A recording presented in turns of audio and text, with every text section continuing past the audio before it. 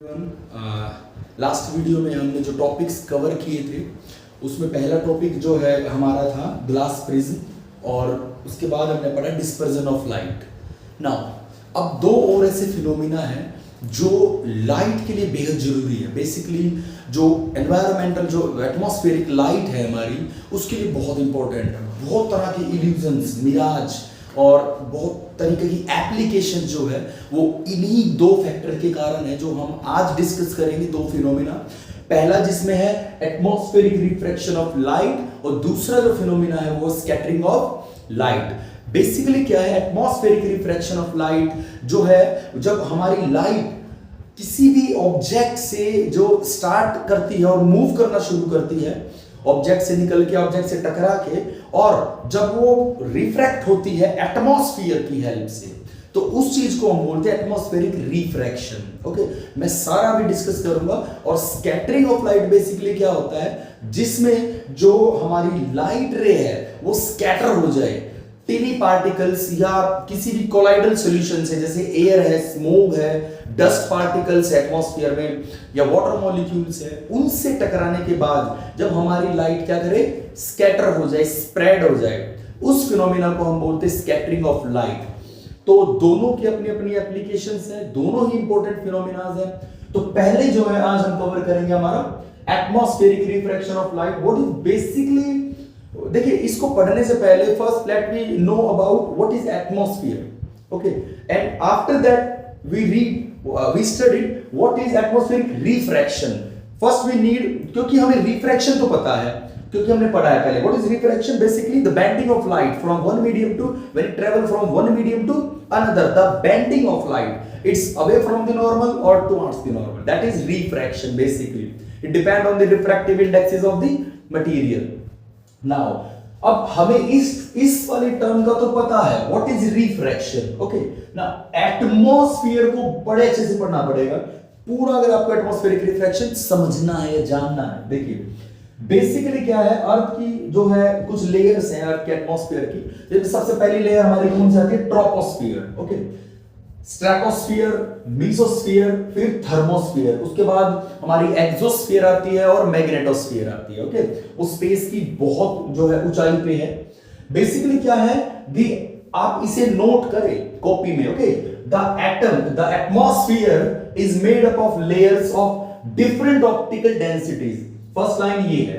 तो इसमें क्या कह रहा है कि जो एटमॉस्फेयर की हमारी लेयर्स है ना, उनकी हर एक लेयर की जो डेंसिटी है वो क्या है, डिफरेंट है। ओके, डिफरेंट, हर जो हमारी लेयर्स है, जैसे हम 4 लेयर पढ़ रहे हैं। ओके, हर एक लेयर की क्या है, डिफरेंट डिफरेंट क्या होगी, डेंसिटीज होगी हमारी। अब ये डेंसिटी क्यों डिफरेंट होगी, ड्यू टू दी, देखिए this is because density of gases in atmosphere changes with temperature. Okay, जो हमारी ट्रोपोस्फियर है उसमें कुछ और टेम्परेचर है, हाई टेम्परेचर हो सकता है बिकॉज ऑफ जो सनरेज है, सनरे आती है और टकराती है इस लेयर से, अर्थ की जो सरफेस है, और फिर बाहर जाती है। कई बार कार्बन डाइऑक्साइड की जो लेयर बन जाती है वो जो है बाहर नहीं जाने देती, उन सनरेज को ट्रैप कर देती है, उसी को हम ग्रीन हाउस इफेक्ट बोलते हैं। देखिए तो यहां का टेम्परेचर बढ़ने के कारण यहां की डेंसिटी डिफरेंट होगी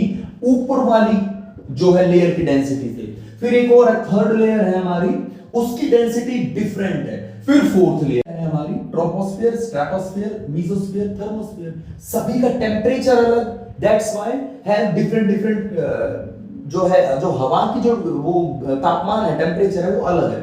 और टेम्परेचर के अलग होने से डेंसिटी अलग हो जाएगी, बिकॉज जहां हॉटर एयर होगी, गर्म हवा होगी, वहां जो डेंसिटी है वो क्या होगी, लो होगी। Okay, low, that is rare medium as compare to the low temperature. जहां जिस लेयर का टेम्परेचर कम होगा, लो होगा, वहां की जो लेयर जो होगी उसका जो रिफ्रैक्टिव इंडेक्स होगा वो क्या होगा, हाई होगा, बिकॉज ऑफ डेंसिटी, उसकी डेंसिटी हाई हो जाएगी। देखिए अब आप, the atmosphere is made up of layer of different optical densities. This is because density of gases in atmosphere change with temperature, which results in change of refractive index. यही कारण है कि हर layer का रिफ्रैक्टिव इंडेक्स डिफरेंट होगा। Now second point, the deviation of light. Basically what is deviation?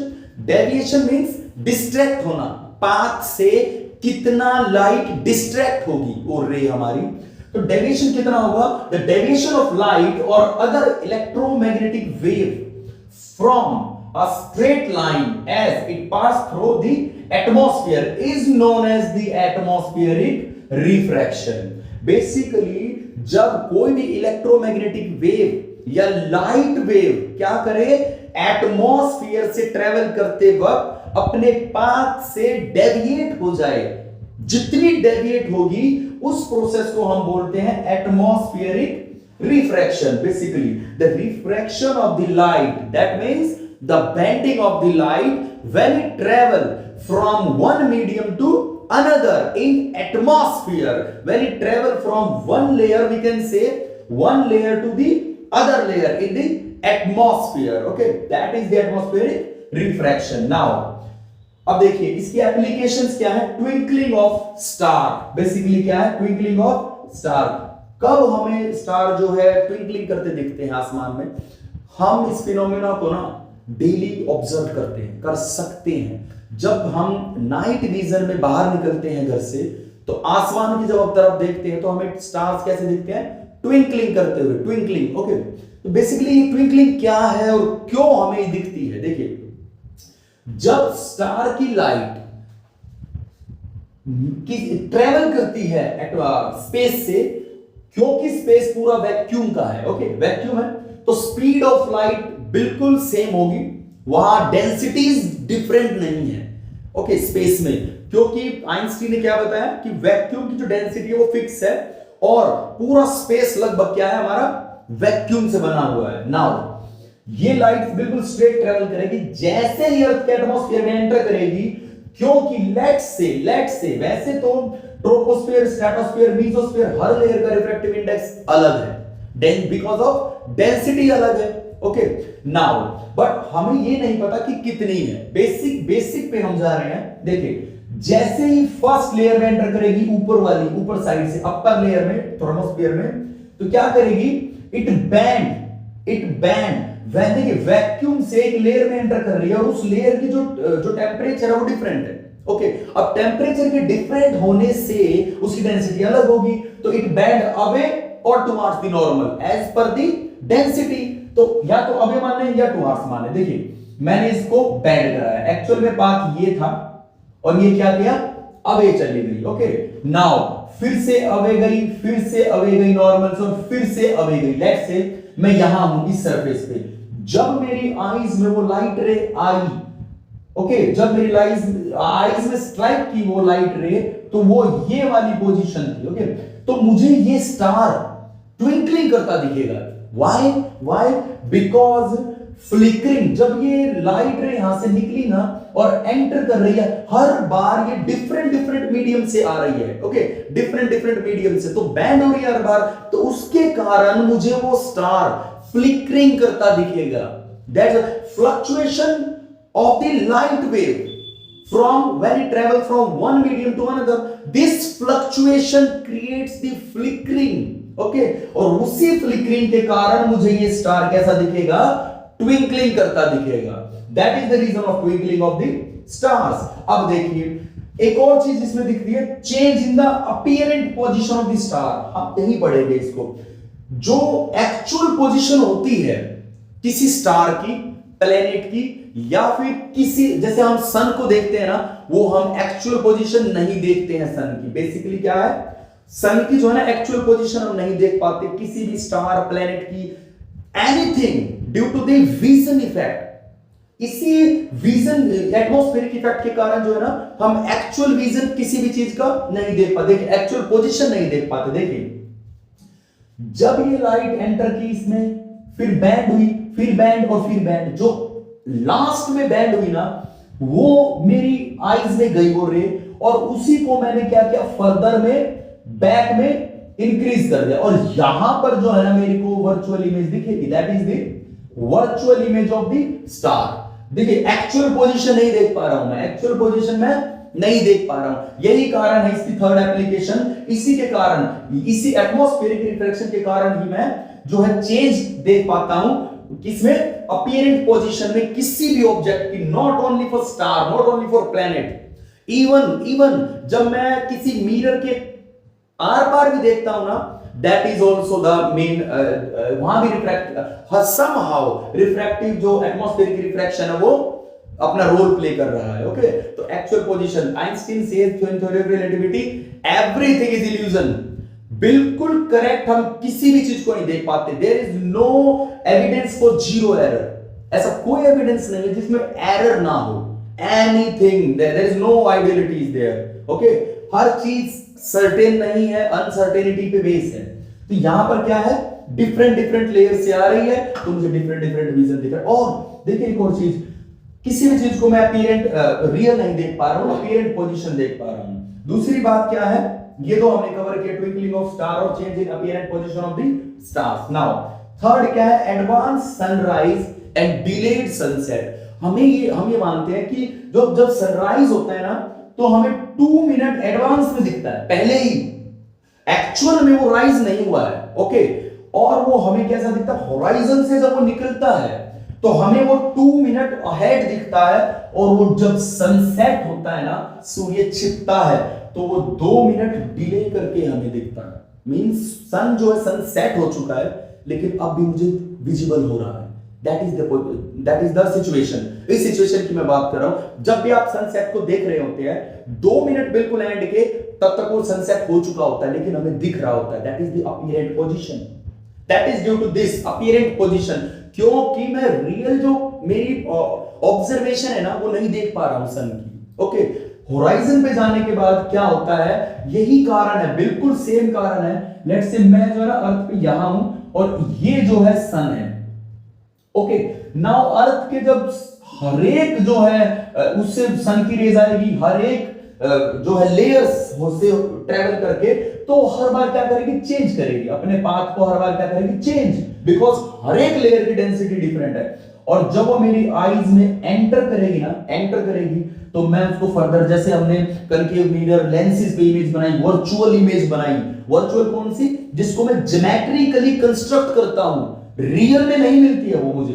देखिए अब मैं इसको फर्दर बैक में बढ़ाऊंगा ना, तो इसके अकॉर्डिंग मुझे वो सन की इमेज कहां दिखेगी, यहां। दैट इज द रीजन कि हमें सन क्या दिखता है, जब सनराइज होता है तो 2 मिनट्स एडवांस में दिख जाता है, पहले ही रियल पोजीशन हम नहीं देख पाते सन की। तो ये चीजें हैं, इस तीनों की तीनों एप्लीकेशन किसकी है, एटमॉस्फेरिक रिफ्रैक्शन की। वैसे एक्चुअल में तो there are so many applications of the atmospheric refraction. Basically क्या है, जहां टीआईआर लगता है वहां भी अब एटमॉस्फेरिक रिफ्रैक्शन ही होता है। जैसे जब हम रोड से ट्रैवल करते हैं ना, बहुत हाई जो है समर्स में तो रोड से ट्रैवल करते हैं, तो हमें दूर पे क्या विजन दिखता है कि रोड कैसा है, इस शेप में, बिल्कुल स्ट्रेट हमें रोड नहीं दिखता, देखो ऐसे करके रिपल्स उसमें पैदा हो जाते हैं। वो एक्चुअल में जब हम पास जाते हैं तो कुछ भी नहीं दिखता हमें वहां पर। कारण क्या, जब लाइट रेज पड़ रही है ना सन की, तो ये बहुत ज्यादा हॉट हो जाता है, रोड क्या हो जाता है, मेटल रोड बहुत हॉट हो जाता है बहुत ज्यादा गर्मियों में। तो यहाँ की जो एयर होती है ना, वो ऊपर की तरफ उठती है, क्योंकि वो लाइटर हो गई है। मैंने क्या बताया कि ज्यादा हाई टेम्परेचर में लाइट जो एयर है ना, वो लाइटर हो जाती है, हल्की, जिसके कारण उसका जो रिफ्रैक्टिव इंडेक्स है वो चेंज हो जाता है, रेयरर बन जाती है, वो डेंसर नहीं रहती। ओके, फिर ये ऊपर की तरफ जाती है ना, तो वो एक इल्यूजन पैदा होता है, क्योंकि ऊपर जो अपर सरफेस है वो कैसा हो जाता है, यहाँ ये तो रेयरर हो जाएगा, ये डेंसर, क्योंकि यहाँ की हवा है ठंडी। कोल्ड का मतलब क्या है, डेंसिटी हाई होना। तो जैसे ही ये ऐसे बैंड करेगी, तो बैंडिंग से ना मुझे दूर से एक मिराज टाइप बिहेवियर नजर आएगा कि भाई वहां जो है रोड में रिपल आ गए हैं, लेकिन ऐसा नहीं होता। पास जाके देखते कुछ भी नहीं। जैसे पानी भी हमें कई बार ऐसे दिखता है कि वाटरिंग हो चुकी है रोड पे, एक्चुअल में नहीं है। That is also the refractive atmospheric refraction and TIR, total internal reflection. और एक और फिनोमेना है, कई बार हमें जंगलों में भी ये दिखता है, डेजर्ट के एरिया में जहां बहुत ज्यादा गर्मी होती है, गर्मी के कारण भी ऐसे मिराज पैदा होते हैं। Okay, this is the atmospheric refraction. आप इसको नोट करें अच्छे से, बहुत अच्छा टॉपिक है, बहुत एडवांस है। इतने में जो है ना कंप्लीट नहीं होगा, बट टिल 10th ये बिल्कुल ओके है। इतना हम जो है कंटेंट कवर करेंगे, basically what is atmosphere, what is atmospheric refraction और उसकी एप्लीकेशंस बहुत ध्यान से हमें समझनी है। और आप बिल्कुल एनसीईआरटी या किसी रेफरेंस बुक के कंटेंट पे ना जाए, आप पढ़े अच्छे से, बट आप फिजिक्स में खुद से बनाने की कोशिश करें। हर कंटेंट ना आपने समझी एक चीज, आप कमेंट में लिखिए जो चीज आपको समझ नहीं आ रही, मैं पर्टिकुलर एक वीडियो बनाऊंगा उस चीज पे। हर टॉपिक को ना एंड में हम दोबारा से कवर करेंगे, एक बार अगेन दोबारा, ठीक है। हर पर्टिकुलर टॉपिक को मैं समझाऊंगा। आप कमेंट में लिखिए कि क्या चीज समझ नहीं आई है। रिफ्रैक्टिव इंडेक्स अब बी से क्लियर करके चले। मैं चाहता हूं 12th क्लास में बहुत अच्छे से आपको जो है ऑप्टिक्स समझ में आएगा, और इंजीनियरिंग में भी एक बहुत इंपैक्टिव टॉपिक। ओके, तो आज के लिए basic scattering of light, scattering of light रह गया। देखिए चलो स्टार्ट करते हैं scattering of light. What is scattering of light? जितना भी आपको ऑलरेडी पता है वो आप सोचिए अपने दिमाग में, पहले सोचिए आप क्या है scattering of light. Basically scattering mean क्या है? देखिए हमने डिस्पर्जन पढ़ा, वैसे एक्चुअली मुझे लगता है कि तीनों ही टॉपिक ना समहाउ इंटररिलेटेड है, क्योंकि पहली बात तो तीनों ही टॉपिक ना atmospheric refraction, dispersion of light and scattering of light, optical जो है लाइट से रिलेटेड है, ऑप्टिक्स से, और समहाउ कहीं ना रिलेटेड है एक दूसरे से। देखिए मैंने अभी ये एटमॉस्फेरिक रिफ्लेक्शन करा है, इसमें मैंने टीआईआर का नाम लिया, टोटल इंटरनल रिफ्लेक्शन, बहुत बार। तो देखिए स्कैटरिंग क्या है? कुछ भी नहीं है, इतना घबराने की नीड ही नहीं है। देखिए जब हम डिस्पर्जन पढ़ते हैं ना, बहुत प्रॉब्लम होती है बच्चों को। जब हम डिस्पर्जन पढ़ते हैं, dispersion of light, that means splitting of light. What? Splitting of white light. ये होता है व्हाइट लाइट का स्प्लिट होना। लास्ट लेक्चर में मैंने बताया जो प्रिज्म से होती है, जो प्रिज्म से होनी स्टार्ट होती है, देखिए ऐसे, और वो क्या बनाती है? साथ हमारे कलर्स बनाती है, जिसको हम बोलते हैं विबग्योर। क्या बोलते हैं? विबग्योर। ओके, इसके अंदर ये the band of these 7 colours are called what? Spectrum of light, spectrum of white light. ये तुम्हारा dispersion, DS, dispersion and scattering. देखिए अब स्कैटरिंग की अगर मैं बात करूं, सॉरी स्प्लिटिंग, डिस्पर्जन स्प्लिटिंग से रिलेटेड है, व्हाइट लाइट को स्प्लिट कर देता है 7 कलर में, disperse.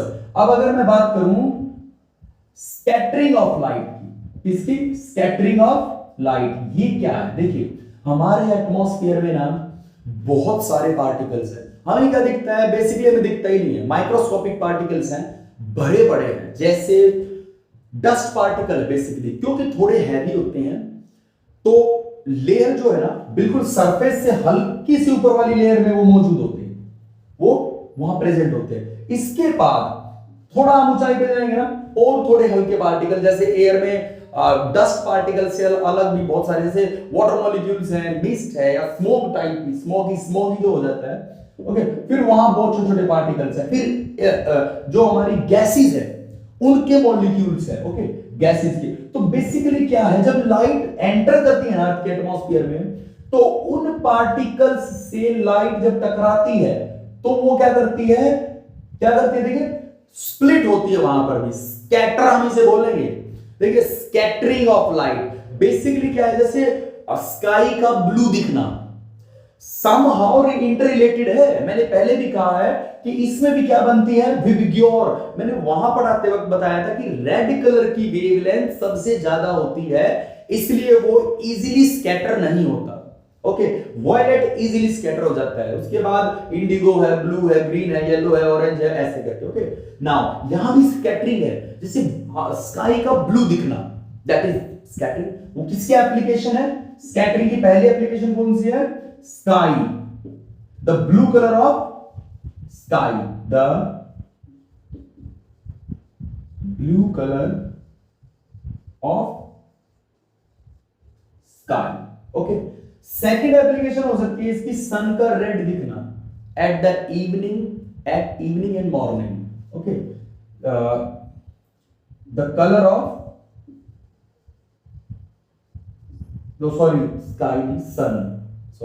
the color of sun at evening and morning. Okay, third है क्लाउड्स का जो है ना क्लाउड के भी डिफरेंट डिफरेंट कलर्स हैं।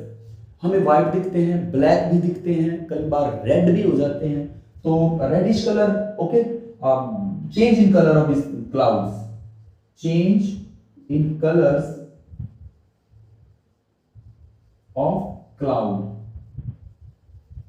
ये तीन तो आप नॉर्मल देखिए, देखिए क्या है। अब देखिए इसमें भी ना जब पार्टिकल्स से, जो हमारे पार्टिकल्स हैं, जैसे मैं यहां लिख देता हूं, आप नोट जरूर किया करें। जैसे हमारा डस्ट पार्टिकल्स, पहली में क्या है, डस्ट पार्टिकल्स। दूसरी में क्या है, जैसे एयर मॉलिक्यूल्स, एयर मॉलिक्यूल। तीसरी में water molecule. Water molecule actual में नीचे आएंगे क्योंकि एयर मॉलिक्यूल ज्यादा हल्के होते हैं। ओके, यहां हम करते हैं वाटर मॉलिक्यूल, यहां हम करेंगे air, water particle, air molecules, water particles. Okay, water particle. तो ये जब एटमॉस्फेयर में प्रेजेंट होते हैं तो लाइट रे जब एंटर करती है एटमॉस्फेयर में तो इनसे टकरा के क्या करती है, वो स्कैटर हो जाती है इन डिफरेंट डिफरेंट डायरेक्शंस, अलग अलग डायरेक्शंस में क्या कर जाती है, वो स्कैटर हो जाती है। ओके, और उसके कारण हमें, क्योंकि लाइट, व्हाइट लाइट किसका कॉम्बिनेशन है, 7 कलर्स का। ध्यान से देखिए 7 कलर्स का कॉम्बिनेशन है ना व्हाइट लाइट।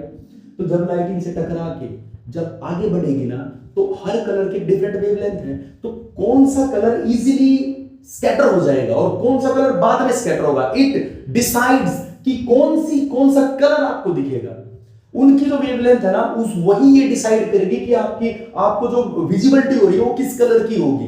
देखिए जैसे रेड कलर है, रेड कलर डेंजर का साइन होता है हमारा। एम्बुलेंस पे जो रेड कलर से लिखा रहता है एम्बुलेंस, ताकि वो दूर से दिखे, वो स्कैटर ना हो, क्योंकि रेड कलर इजीली स्कैटर नहीं होता है। स्काई का ब्लू दिखना, that is the reason of the scattering of light. Whenever light travel from space to the atmospheric layers, it scatters, क्योंकि वॉयलेट और ब्लू कलर जो है ना वहां बहुत कम स्कैटर होते हैं, इसलिए वो हमें कैसे दिखते हैं, ब्लू दिखता है आसमान। ओके, क्योंकि वो स्लाइटली स्कैटर होते हैं उस समय। अगर वो कंप्लीट स्कैटर हो जाए ना तो हमें दिखेंगे नहीं। दैट्स व्हाई हमें नाइट में और इवनिंग में और मॉर्निंग में सन का कलर कैसा दिखता है, रेड। देखिए कैसा, क्यों रेड दिखता है, बिल्कुल एक एप्लीकेशन, एक एग्जांपल से आप समझे, बहुत अच्छा एग्जांपल है, क्लियर विजन दिखाएगा बिल्कुल आपको। Let's say this is sun and this is earth. Okay, now अब क्योंकि लेट्स से यहां डे है, यहां नाइट है, ओके, तो सन से बिल्कुल करेक्ट 12 नून, दोपहर में सन से हमारी कितनी दूरी होती है, आई थिंक सबसे कम दूरी होती है। ओके, शॉर्ट, बिल्कुल शॉर्ट। तो हमें सन दिखता है white, basically white, that is the reason, basically white. और देखिए जब ये लाइट रे इवनिंग, अब इवनिंग हो रही है धीरे धीरे, देखिए 12 से 1 2 3 4 5 6, इवनिंग में देखिए जब इवनिंग में लाइट आएगी, देखिए कौन सी लाइट कितनी दूरी ट्रेवल कर रही है, आप ध्यान से देखिए, ये वाली ज्यादा दूरी ट्रेवल कर रही है ना, तो यहां तक आते आते सारे colour violet, indigo, blue, green, yellow, orange scatter हो जाएंगे। केवल एक कलर बचेगा, that is red, which have the highest wavelength। इसकी सबसे हाईएस्ट वेवलेंथ है, इसलिए ये स्कैटर नहीं करेगा यहां पर। ओके, तो इसलिए मुझे इवनिंग में कैसा कलर दिखता है, रेड, और मॉर्निंग में भी, और क्योंकि अर्थ एंटी क्लॉकवाइज घूमती है वेस्ट ईस्ट, तो देखिए यहां भी मुझे क्या दिखेगा और इवनिंग में भी मुझे क्या दिखेगा, रेड।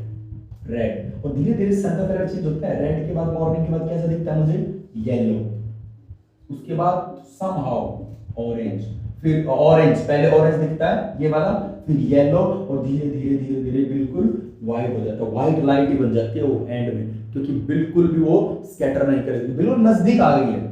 ये देखिए आप, सबसे नजदीक जो अर्थ का और सन का डिस्टेंस होता है, ये होती है बेसिकली स्कैटरिंग। स्कैटरिंग में जहां, बिल्कुल इजीली फंडा बता रहा हूं, जहां कलर की बात करें ना, कलर का क्या बनना, कलर्स का स्कैटर होना, स्कैटर होने से डिफरेंट कलर दिखना। जैसे हर चीज देखे ना आप एटमॉस्फेयर में, हर चीज, जैसे मोस्टली ना क्लाउड्स का वजह से ब्लैक हो जाता है, बिल्कुल नजदीक। जो क्लाउड हमें ब्लैक दिखते हैं ना, बारिश वाले क्लाउड, वो बहुत ज्यादा नजदीक होते हैं, बहुत ज्यादा अर्थ सरफेस के नजदीक, हमारे सरफेस के। और कुछ कलर हमें कई बार रेड दिखते हैं। रेड मींस वो क्लाउड की दूरी ना सबसे ज्यादा है, क्योंकि वहां से रेज आते आते हमारी आईज में सारे कलर स्कैटर हो गए हैं, कंप्लीट स्कैटर हो गया, ब्लू वायलेट सब रेड दिखते हैं। दैट्स व्हाई वो हमें क्लियर है। जैसे सी का भी हमें कई बार क्या हम पढ़ते हैं, सी का जो हमारा कलर होता है ओशियंस का, वो ब्लू दिखता है। ये सारे फिनोमेना स्कैटरिंग के, जहां पर एक टिंडल इफेक्ट जो है यहां पढ़ते हैं, एक एक्सपेरिमेंट जो है हम करते हैं, उसमें जो है हम क्या ले लेते हैं, एक्वस सॉल्यूशन, कोलाइडल पार्टिकल्स उसमें डाल देते हैं और बीम को निकालते हैं। एनसीईआरटी में आपको मिलेगा, वो मैंने नहीं पढ़ाया है, हो सकता है नेक्स्ट वीडियो में हम कवर करें, लेकिन बेसिकली मैंने ना आपको स्कैटरिंग बताया है, उसके एप्लीकेशन बताया, समझाया है। आप इसकी ट्राई करें खुद से, किसी बुक के आदि ना बने। ओके, बिल्कुल ही डिपेंडेंट ना रहें आप बुक के। कहीं ना कहीं आप टॉपिक को समझें और अप्लाई करें प्रैक्टिकली। आप निकल के बाहर देखें, ठीक है, आसमान में फ्लिकरिंग हो रही है स्टार्स की, या उसको ट्विंकलिंग बोलते हैं, ट्विंकलिंग ऑफ स्टार। फिर अपीयरेंट पोजीशन, आप अपने अंदर क्यूरियोसिटी पैदा करें कि ये जो सन आप देख रहे हैं ना, that is not actual position of the sun. वो एक्चुअल पोजीशन नहीं है उसकी, किसी भी चीज की एक्चुअल नहीं है, एरर है हर चीज में। कि ग्लास मैंने लगाया है लेंस मेरे स्पेक्स में, ये भी जो है ना एरर पैदा कर रहा है, एक्चुअल में कहीं नहीं है। हमें किसी की लेंथ, बिल्कुल हर चीज हमें एक इल्यूजन से दिखती है। Okay, this is the physics. आप खुद से आइडिया लगाए। तो मेरी तरफ से ना ये इस यूनिट में हमने आई पढ़ा सबसे पहले, उसके पार्ट्स पढ़े। ओके, फिर हमने डिफेक्ट्स ऑफ विजन पढ़े, उसके बाद कवर किया प्रिज्म, और प्रिज्म के बाद प्रिज्म में ही हमने पढ़ा recombination of the white light. उसके बाद हमने क्या पढ़ा, डिस्पर्जन ऑफ लाइट, जो प्रिज्म पे डिपेंड था। अब हमने पढ़ा एटमॉस्फेरिक रिफ्रैक्शन ऑफ लाइट और स्कैटरिंग ऑफ लाइट। तो मुझे लग रहा है एनसीईआरटी से बिल्कुल ये ना वीडियो तीनों वीडियो कवर कर देगी इस पूरी। अब आगे हम ना कुछ क्वेश्चंस पढ़ेंगे इसी यूनिट के, एनटीएससी और किसी स्कॉलरशिप एग्जाम से रिलेटेड। ओके, तो आप ऐसे ही बने रहे, ऐसे ही देखते रहे। आज के लिए बस इतना ही, थैंक यू।